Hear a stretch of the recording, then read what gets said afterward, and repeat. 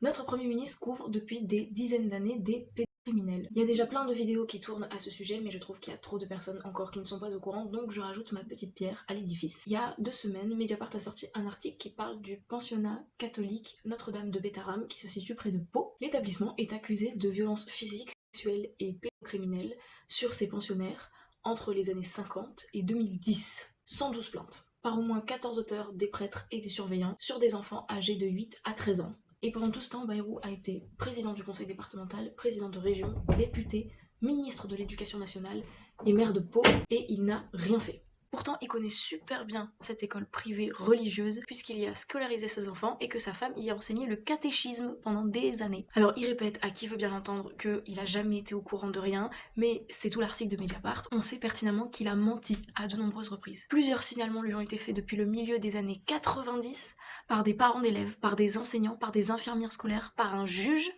Il a toujours fait la sourde oreille. Mediapart a révélé une lettre qui lui a été envoyée en 2024 par un ancien pensionnaire de l'école, qui lui raconte les faits dont il a été victime dans les années 50 et qui ont été reconnus par l'église. Cette lettre est restée sans réponse. Et malheureusement, le silence de Bayrou, c'est pas le plus grave. En 1996, des parents ont porté plainte contre un surveillant qui avait fracassé un élève qui en a gardé des séquelles à vie. À l'époque, ça fait un scandale national, toute la presse en parle.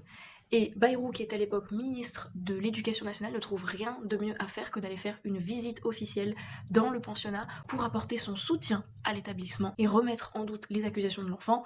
Le surveillant a été condamné quelques mois plus tard et reconnu coupable. En 1998, c'est l'ancien directeur de l'établissement, le père Caricart, qui a été mis en examen pour V sur 2 enfants. Sans tenir compte du secret judiciaire et de la procédure en cours, Bayrou est allé voir le juge, qu'il connaissait très bien, pour d'une part lui dire qu'il ne croyait pas que le père Caricart était capable de faire ça, et pour lui poser des questions. Le juge lui a confirmé qu'il y avait des preuves, il a donné un entretien à Mediapart dans lequel il raconte que Bayrou lui a demandé si ça concernait ses enfants, et n'a rien demandé sur les autres élèves. Il s'en bat les couilles. Aujourd'hui encore, il continue de dire qu'il a des doutes sur la culpabilité du père Caricart, alors que 5 autres témoignages sont arrivés contre le prêtre. François Bayrou a donc caché ce qu'il savait sur les agissements dangereux de l'école. Il n'a rien fait alors qu'il avait tous les pouvoirs en main pour protéger les enfants qui étaient dans cette école. Et pire que ça, il a soutenu activement l'établissement au nom de l'État et a interféré dans une procédure judiciaire alors qu'il était responsable politique en fonction. Et depuis ces révélations de Mediapart, silence assourdissant. On n'en entend pas